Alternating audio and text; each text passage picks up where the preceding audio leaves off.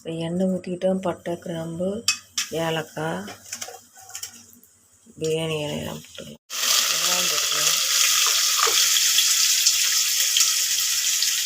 வெங்காயம் போட்டுக்கலாம். பச்சை மிளகாய், உப்பு போட்டுக்கலாம். இஞ்சி பூண்டு பேஸ்ட் போட்டுக்கலாம். கொத்தமல்லி போட்டுக்கலாம். தக்காளி போட்டுக்கலாம். அதுக்கு முட்டை பிரியாணி செய்ய போகிறேன். அதுக்கு 5 முட்டை எடுத்து நல்லா அடித்து வேக வச்சு கட் பண்ணி எடுத்து வச்சுருக்கேன். தனிமிளகாய் ஒரு ஸ்பூன் போட்டுக்கலாம். பிரியாணி பவுடர் ஒரு ஸ்பூன் போட்டுக்கலாம். தண்ணி ஊற்றிக்கலாம். இப்போது என்னென்னா நான் 4 கிளாஸ் அரிசி எடுத்துருக்கேன். அதுக்கு 1 கிளாஸ் 1.5 டம்ளர்னு 5 கிளாஸ் தண்ணி ஊற்றிக்கலாம். நம்ம இப்போ கட் பண்ணி வச்சுருக்க எக்கை போட்டுக்கலாம். இப்போ அரிசி போட்டுக்கலாம். இப்போ பாருங்கள், எக் பிரியாணி ரெடி ஆகிடுச்சு. இதை போல் நீங்களும் செய்து பாருங்கள். செய்து பார்த்து லைக் பண்ணுங்கள், ஷேர் பண்ணுங்கள், கமெண்ட் பண்ணுங்கள், சப்ஸ்கிரைப் பண்ணுங்கள்.